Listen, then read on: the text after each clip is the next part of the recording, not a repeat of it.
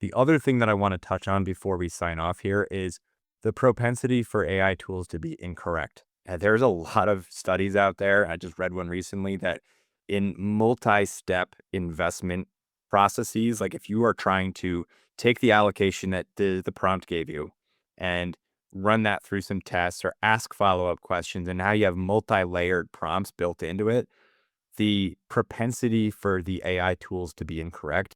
This study that I read had it 85% of the time was incorrect. And I'll just tell a quick anecdote about this from my own experiences. And that is, I was looking for some quotes for the monthly newsletter that I write. And so I asked for some quotes that would relate to the subject matter. And it gave me 5 quotes. And I said, okay, first one sounds good. Can you just verify the source on that quote? And it got back to me and said, actually, good question. That is an incorrect source that I first listed. I'm like, okay. If Yeah. I didn't ask, then I would have, I mean, not the end of the world, me misquoting somebody, but it is not the first response that I got because again, they're aggregating all the data that's out there, coming up with the best available quote or the best available solution. So now I'm in a situation, it's like I got to do the research on my own to figure out who actually said this quote. And then it happened again. There was another quote in there. I was like, that's surprising. I didn't know that that is who said that quote. And it said, "You're right again. That quote was also misattributed." So something as simple as asking for a quote does need to be verified by somebody who knows what they're talking about, or at least is asking the right questions.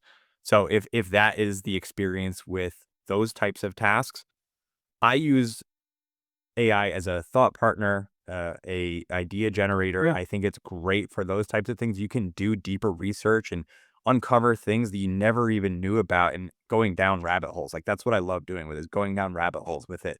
But if you're asking it to replace some sort of job, I'd say be very careful with that because it is fraught with errors at the moment.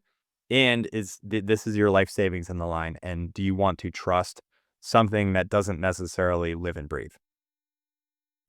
I mean, as simple as a quote, it got wrong. When you think about what, maybe some people are asking these things to do, like, hey, come up with a Roth conversion strategy.